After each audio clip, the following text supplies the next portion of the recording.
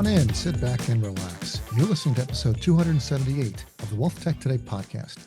I'm your host, Craig Iskowitz, founder of Ezra Group Consulting. And this podcast features interviews, news, and analysis on the trends and best practices all around wealth management technology.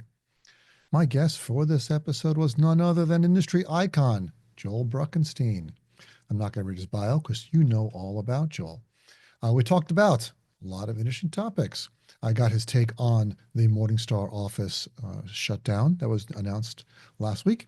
We talked industry trends, what he's seeing from his position as industry guru, and no conversation with Joel would be complete without a preview of the upcoming T3 2025 conference. So that is going to be exciting. And at T3, of course, there'll be hundreds of wealth management firms there represented, including some of the largest broker-dealers, some of these huge mega RIAs, all the way down to individual solo practice RIAs and advisors. And all of these firms know the importance of a solid tech stack to support their business growth. Now here at Ezra Group, we've seen the tech stacks of literally hundreds of RIAs and broker-dealers, and let me tell you, most of them are loaded down with tech debt. Let's face it, tech debt can act like an anchor holding down your RIA or broker-dealer's efficiency and ability to scale. If you want to free your firm for exponential growth, you need to run, not walk to our website, EzraGroup.com, and click the golden Contact Us button on the homepage. The experienced team at Ezra Group can evaluate your current tech ecosystem, deliver targeted recommendations, optimize your existing systems and operations, even run an RFP, help you implement new software, and get your firm to the next level. Ezra Group just makes tech stacks better. You can take advantage of our free initial consultation by going to EzraGroup.com. And now, a few housekeeping chores. Please subscribe to this podcast wherever you listen to podcasts so you don't miss an episode. And check out our sponsor, the Invest in Others Charitable Foundation. You can find them at investinothers.org. And a third housekeeping chore, if you are a wealth tech vendor, you have software you're selling to advisors, you need to update your integration data on our website so we have the latest information and your integration score will be accurate. You can do that if you go to ezragroup.com/login. If you haven't done it already, you can register your application and then you are off to the races and you can do all that great updating of that data for us. And we will make sure to update your integration score accordingly. All right, now let's kick this thing off.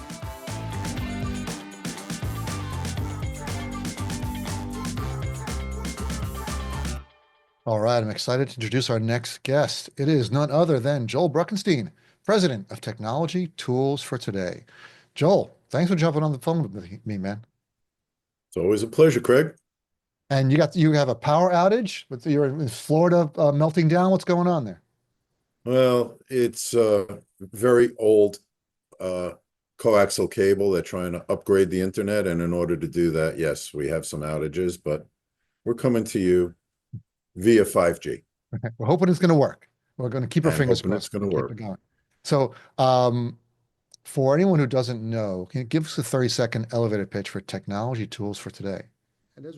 Sure. Technology Tools for Today does a number of things. We're a consulting group, but one of our primary lines of business is the T3 conference. It's the only pure technology conference in the industry for independent RIAs, IBDs, and the like. This will be our 21st year. It's coming up March 3rd through 6th in Dallas, and you can still sign up at t3conferences.com. We're extremely excited about what we have going on this year. As you know, I also run with my friend Bob Veres, the T3 Inside Information Tech Survey every year. Next one will be released at T3, the results of it. We survey a few thousand advisors every year, ask them about what technology they're using, what technology they're thinking about using in the coming year, and how they like it or how they don't like it. And it gives some great insights just about, what advisors are really using and what they think about their providers. It gives tremendous insights. I know we use it here at Ezra Group in our research and our projects quite often. We refer to the T3 survey. It's really a fantastic resource. Thank you for that. But before we jump in, I want to talk about the upcoming T3 conference, of course. But before, I wanted to just get your take as an industry guru and someone who's been around quite some time. On some news, Morningstar forms strategic alliance with SS&C Black Diamond. So we see Morningstar is getting out of the wealth platform business. Morningstar Office is going to be shutting down, and they are looking to direct all of those clients onto Black Diamond. So what are your thoughts here?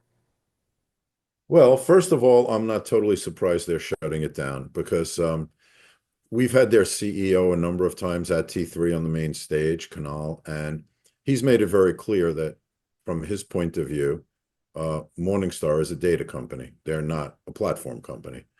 And so if you think about all of the rest of the Morningstar business and you think about Morningstar Office, well, what piece doesn't fit, right? It's Mhm. Morningstar Office.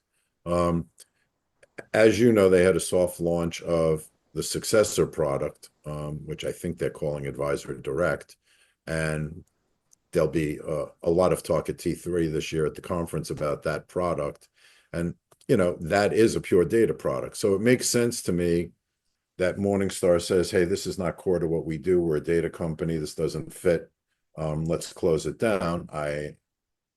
From what I'm hearing for advisors, a lot of advisors think it could have been done in a better way, but I think they are giving them till the end of the year to get off the platform.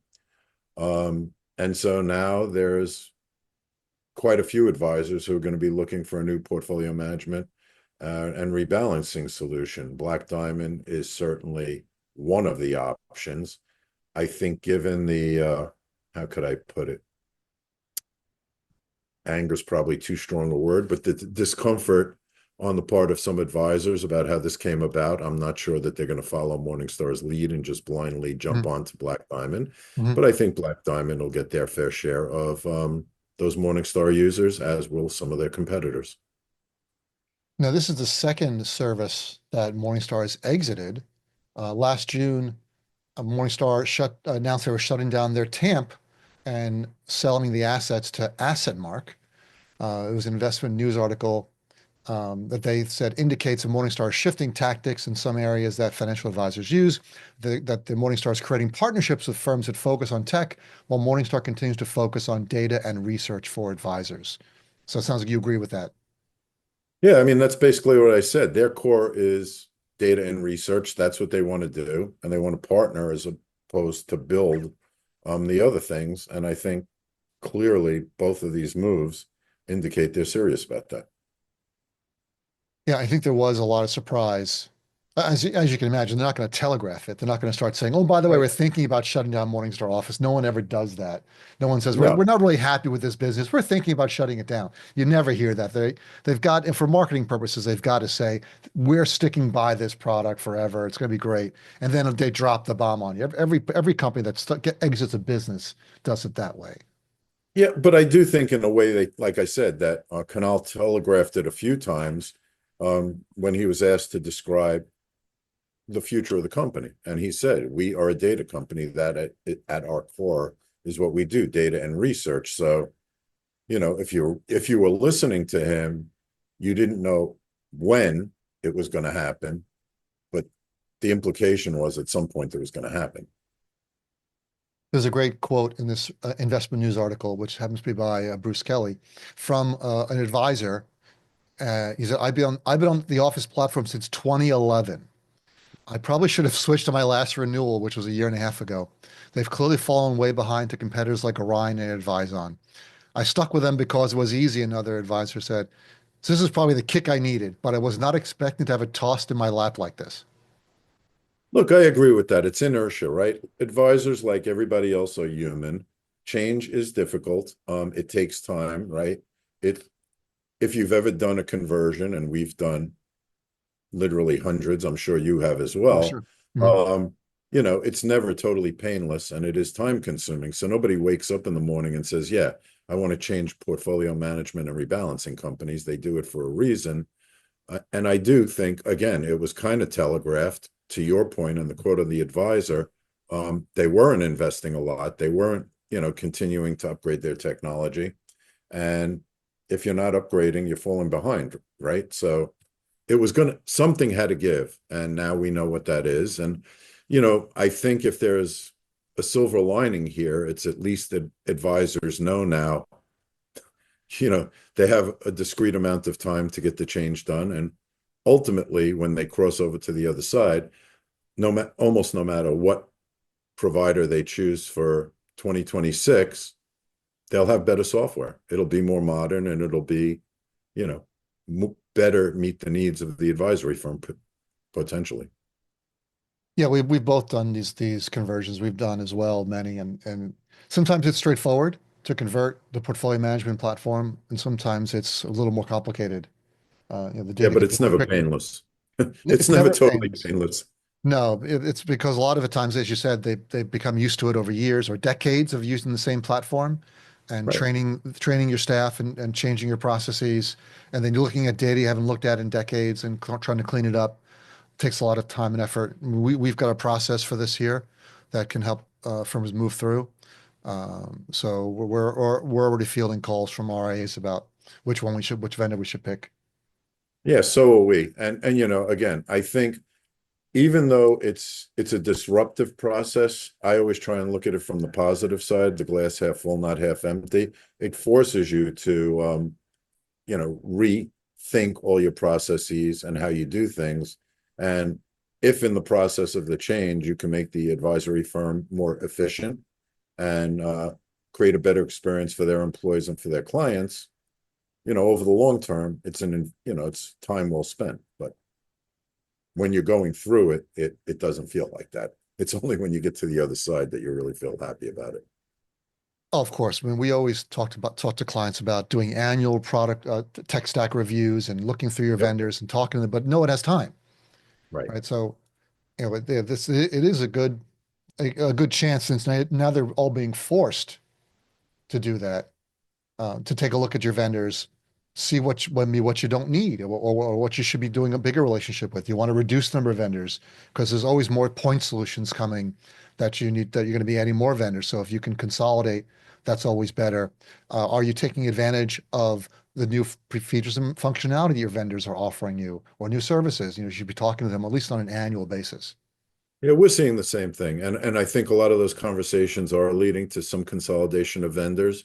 Um, and I do think, if it meets the needs of the firm and you can consolidate, that's a good thing. You know, all of the major players, are trying to go a little more horizontal and have a more complete platform, and they would love to have more advisors using more of the software that they offer and the solutions that they offer.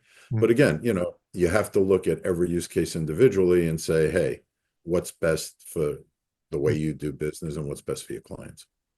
Do you think that the deal with Black Diamond had anything to do with Black Diamond's head of product, U.S. Wealth, Bjorn Widerstadt, who was VP of Black Diamond's platform for 13 years or so at SS&C? I think it would be naive to believe that that didn't have anything to do with it. So I don't have any inside scoop. I haven't talked to Bjorn in a while about it. But yeah, I mean, I wouldn't be surprised at all if that played a role. Not that it's good or bad. They needed to pick someone to dance with, as you mentioned in your RIA Biz comment, right? Got to pick a dance partner. Yep.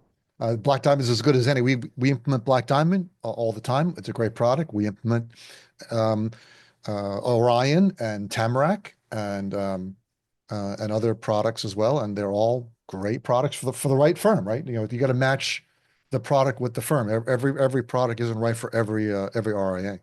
Right. And I think that's the point. I mean, I agree with you. They needed to pick a dance partner, given the familiarity Bjorn had with Black Diamond. It makes total sense that that's the way they decided to go. Having said that, I think every advisory firm needs to do their own evaluation and say, hey, is Black Diamond the best solution for me? If they are, that's fine. I think it's great. And if they're not, most of them are fiduciaries and they have to have a fiduciary process to evaluate what's best for them and their clients. And I think that's totally reasonable. And I think everybody, including Morningstar and Black Diamond, understand that. Would you think that Hylin over at Advizon, coming from Morningstar and having that deep knowledge of the product, that Advizon might have a lead on getting some of these RAs over? I mean, look, clearly, I mean, Hyland's been out of there for 12 years, but some of the folks on his team probably have only been with him for a year or two. So they Mm. came from Morningstar a lot more recently. And yes, I think they do obviously have very deep knowledge of the Morningstar product. And I think, they may have a little bit of an inside scoop on what the strengths and weaknesses of Morningstar are I mean, vis-a-vis advise on yeah. and understand the needs of some of those clients. So I mean, Hyland yeah, was one of the original developers, and he was the chief architect of Morningstar yeah, he Office. was. There's no one who knows the Absolutely. core better than he does, and not it Well, hasn't really changed absolutely. that much, right? The core hasn't changed that much, probably. I mean, yeah, that's fair. I mean, yes, he was the architect, and actually, I consulted with him when he was building. I'm pretty familiar with it as well. Yeah, there you go. Well, that's good. Thanks for sharing your thoughts on that. So now let's shift gears into T3. Speaking of great technology and announcements and changes in the industry, T3 is the place to go if you want to keep up with that. So let's talk about what's coming in T3 2025. Well, our big theme this year is organic growth. And we chose that theme because you and I go to a lot of conferences and we always hear the same thing. Overall, organic growth in the industry has been anemic for a number of years.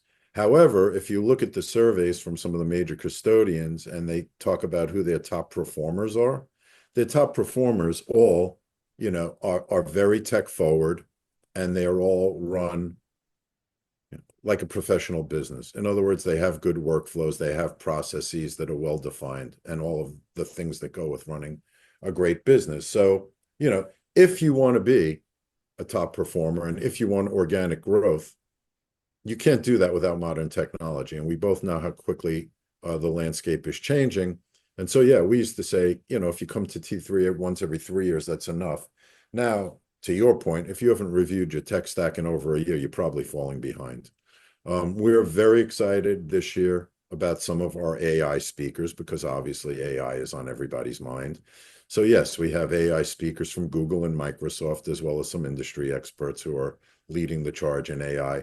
But we're also excited that there's a number of technologies that are not really, primarily AI focused, but I think that really will be additive to advisors' tech stacks. So Bob Curtis, who was the original founder of Money Guide, is coming out with a new product, Get Wise, that he'll have some big announcements about at T3. I love what Syntax Direct is doing. We even have a company that's offering a car concierge service for advisory firms. So advisors want to offer, a more comprehensive product line to their clients. How about adding a car concierge that can help you and your clients buy cars at the best rate without having to go into a dealership and go through all the hassles of buying a car, which I personally hate. Oh, And I a car buying concierge, like yeah, a Carvana, but yeah. for Well, advisors. actually, they will help you tell them what car you want. They'll get you the best price, basically.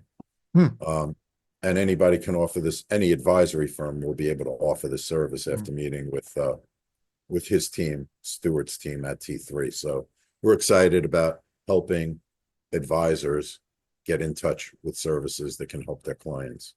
So, those are just a few of the things. And all the all of the major players, as you know, um, announce a lot of their roadmap for 2025 at T3. So Mhm. nothing's changed there. Everybody from Orion, InvestNet, and Morningstar, the custodians, they'll all have big announcements, and they'll all be telling you what's coming for the rest of the year. So we're just super excited. I think we have probably the most first time vendors that we've had in quite a few years, probably since the advent of the robos, which was like a decade ago. And so there'll be so much new and exciting tech for advisors to try out and learn about. I think it'll be really beneficial just to learn about what's available that can help you provide a better service to your clients. And speaking of AI, the gentleman from Google, James Dean, I happen to know him. I Yeah, moderated a panel that he was on at the Future Proof conference. Super smart guy, really interesting yeah, I stuff. agree. I've had a number of conversations with him. He's super smart. I think he understands um, what the advisory business is about and how AI can, something like Google can be applied to help advisors serve their clients better and become more efficient. So we're excited about him. Also, the Microsoft speaker is also somebody who has a lot of familiarity with the industry, and I think will be, laser focused on trying to help advisors use Microsoft tech to better serve their clients and become more efficient. Um, we'll be talking about everything again from cybersecurity to financial planning software, CRM software, you name it. We're going to cover it. This is, like I said, the only conference that's all about tech. So over the course of 4 days, we can cover a lot of ground. Day one on the Monday is continuing education day. So almost every session on Monday, with maybe one or two exceptions, every session will offer CE for the CFP. So if you're a CFP licensee and you want to pick up 5, 6, 7 CE credits, you can do it at T3. And that's on Monday. That is on Monday. Right. And then from then on, so it's Tuesday, Wednesday, Thursday is the And on the big main party conference Thursday days. night. And the big And party big, Thursday night, of course. And there's always dinners and other activities of on course. Tuesday, Wednesday night. Lots of things go on. So there's lots to do. And you've added something new in the vendor space, the trade show floor, which is um, tour guides. Yes. What is that So about? it was an idea we got from another conference. I saw somebody doing it, and when I heard about it, honestly, I thought this is a crazy idea. Nobody's going to want this. And then I looked around, and advisors actually were signing up for it. So I believe you're going to be one of the tour guides. And the idea is we take industry experts like yourself, who know a great deal about technology and the vendors, have you take them on a guided tour of the exhibit hall to visit 4 or 5 vendors. They get a short orientation about what the vendor does, and then you can add a little color since you know all the vendors. So basically, they're getting a very curated introduction to some of the top companies in the industry, guided by an industry expert who is independent like yourself. And it just helps them get familiar, and hopefully then they'll go back to the vendors that are of interest to them and do a deeper dive and do a demo. But it's a great way to learn about a lot of vendors that you may not know about in a very short space of time. It seems like a cool idea. I've never seen that at other conferences, but I think I'm willing to try. Like I even volunteered to be the tour guide, right? So Yeah, I I want think it'll be fun. And, to, people like you can add a lot because you know so much about the industry and the vendors. So you can add a little editorializing as you go around, and people can pick your brains on some of the booths you visit. So I think it's really just we're trying to add value to the experience for advisors. That's what it's all about. exactly. Yeah, that's what all this is for. And I think Right. there is some conference fatigue from a lot of advisors, and sometimes they don't know which vendors to talk to or what it's about. So this could be a great differentiator for T3. One of the things we've always thought was a differentiator about T3 from year one is we always encourage the developers and basically the CEOs of the companies to come to the conference and spend some time in the booth because, advisors are smart. They don't just want to be sold things. They actually want to understand the product, and they want to understand the leadership of the company and a lot of other things. And they want to do, demos. So where you go to other conferences and people tend to avoid the exhibit hall, and you have to force them to go in there by offering them drinks or lunch. Not to say that we don't do that as well. Of course we do. You have great The food at alcohol, T3. yeah, and great alcohol. But the point is, I encourage people to spend a lot of time in the exhibit hall because, those vendors are there and they're set up to really do deep dives into their software and not just a cursory look. So if you want to spend half an hour on a demo, if you're looking for financial planning software, you can compare 3 or 4 vendors side by side in a matter of hours and do a deep dive on each. And there's nowhere else in the world you can do that. And a tip is one of the best times to go to the vendor exhibits are during the sessions. So when everyone's at the Yes. sessions, you pick one, you sneak off and go to the vendor booth. You'll be there by yourself. Yeah, and people will spend as much time as they want as you want with you. And that's another thing that differentiates us, right? We tell the vendors, you've got to be there pretty much all day because people will come, from 7 in the morning till 7 at night or whenever we close the exhibit hall on a given day. There will be people who want to visit you. Absolutely. There's always people, and these vendors are looking for people to talk to, and they're happy if you're kicking the tires. If you've got legitimate questions, like they don't want people, they get tired of the people just looking for swag. But if you have legitimate questions, they really want to hear from you. Yeah, well, even on the last day, they're happy if you take their swag because nobody wants to pack up excess swag and take it home. Well, that is true. Yes, That's they more are work happy for to the give it away. vendors too. But so last year was the 20th anniversary. It was. So that was a big milestone. Yeah, and we tried to make it a little more of a party last year and a celebration to celebrate our 20th anniversary. But, we feel like we're embarking on a new decade now, and there's just so much going on, as you know, in the space. Even for me, it's like drinking from a fire hose. I mean, I'm so enmeshed in this, and I can't learn everything I want to learn as fast as I want to learn it. And I guess that's a good thing. It's just really exciting times to be in wealth tech, and we're just so excited about some of the tech that's going to be on display at T3 this year.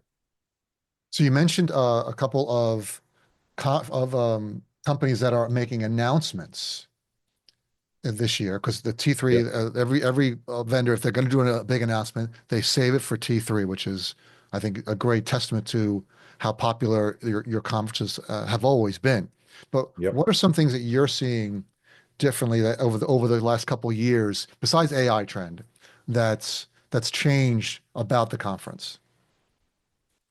Well, I think initially, if you go back way, way back, at the beginning, we got a lot of smaller advisors who were looking to compete with the big boys and understood that they needed to really embrace technology in order to compete with the big boys. And certainly that's still true.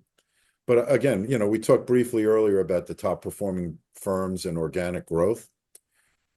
A lot of that investment now is coming from larger firms. So what we've really seen is a couple of trends. One is the size of the advisory firm at T3 is skewing much larger than it did in the early days. And the other thing we're seeing is firms used to send one person to T3, but now, to your point, you want to see the sessions, you want to be in the exhibit hall, you can't clone yourself, so you need to bring more than one person to T3. And what we're seeing is, particularly among the larger firms, we're seeing two, three, four, and even more people sometimes from a single firm coming to T3 with certain people assigned, to go to the sessions and take notes, and certain people assigned to spend most of the time in the exhibit hall. So last year I wrote, every year I do a conference summary of T3. Yes, you do. Thank you for that. You're welcome. It's fun for me. It also helps me get my thoughts together. So last year, I think two of the bigger takeaways, one was AI. Obviously, there Yeah. AI was everywhere. And we saw a bunch of personal concierges, AI bots and chats like Trade PMR, which was recently acquired by Robinhood, Yep. announced their personal concierge last year for AI handling basic interactions. And we're seeing an explosion of AI assistance. But Yep. another area that I think you've also taken under your wing is cybersecurity. And Yes. there's a lot of talk about cybersecurity, about businesses being unprepared for cyber attacks. Do you see that continuing this year? Look, we try and be an advocate for advisors. That's what we're all about. I was an advisor and I want advisors to be successful. And I think, probably the biggest existential threat to advisors is not AI, it's cybersecurity, right? I mean, one really bad incident and you're out of business. Hmm. So we just feel advisors, not because they're not trying to do the right thing, but just from a lack of education and not doing everything they could to protect themselves and their clients. So we will continue to advocate for that. You mentioned AI. Yes, there was a lot of AI over the last 12 months in the industry, but you know as well as I do, AI 12 months ago versus now, Mhm. I mean, there's been some dramatic improvement. Mhm. And so, the whole conversation has changed. I think another thing that's changed, which people haven't really talked much about yet, other than me, I think, is what the political and regulatory shift is going to mean for AI in our industry. So, the SEC under Biden was very, very reluctant to experiment with anything quote unquote new, whether it was cryptocurrency or AI-led advice. So you really didn't see much AI in the areas of sort of investment management, financial planning, those kind of things. There's a totally different regime taking over the SEC now, and I think they're a lot more open to the idea of allowing advisors to use some of these tools. And so I do think, you're going to start to see even a T3 this year, AI that is more involved in portfolio construction, portfolio management, financial planning recommendations, all those kind of things that were considered taboo as recently as 3 months ago. Amazing how fast things change, and amazing how fast these podcasts are done. We're out of time, man. Where can people find out more information? Register for T3. T3conferences.com. You can go register or just Google, the T3 conference, and it'll come up. We have about 2 weeks before the conference. It's going to be a great show. I guarantee it. I guarantee you'll learn a lot. You'll get to meet Craig. You'll get to see me. I hope you'll all be there. And I will be there. To seeing You you, should Craig. be there. And Joel's going to give me a special discount code that I'll post on LinkedIn and X/Twitter if you follow me there, so you can get a discount on registration. Joel, thanks, man. Always great talking to you. Thank you. See you in a few weeks. Hey, it's Craig again. Here are my top 3 takeaways from this episode. Morningstar Office shutting down. Big news shaking the industry this last week. Some of Joel's comments were, I think, spot on. It aligns with their vision that Kunal talked about earlier last year, how they were really focusing on being a data company. So he maybe, in Joel's opinion, was telegraphing that they were going to start backing away from some of their software businesses. And after they sold the TAMP business to AssetMark, it was only a matter of time before the Morningstar Office was also on the chopping block. Now, Black Diamond partnership for client transition, but of course, advisors will shop around. And we talked a couple industry trends, of course, AI, in portfolio management and planning, regulatory shifts, cybersecurity, all big issues that are coming up. And you will hear all about these at the T3 conference. Please go to t3conferences.com to register. And I have our discount code. If you use discount code EZRA201, EZRA 201, you will get $201 off on your registration at T3, and no other discount code has that. All those other ones just give you $200. We are here at Ezra Group, give you more, $201 off your T3 registration. So please go to T3 conferences to do that. And I will see you in Dallas, March 3rd through the 6th. And that's the end of this episode. Thanks for listening. But before we go, please go to our website, EzraGroup.com. Scroll to the bottom of the homepage and sign up for our newsletter. Once a month, you'll receive an email chock full of wealth management goodness, news, information, and updates. You will not be disappointed. Thanks again for listening, and talk to you all again next time.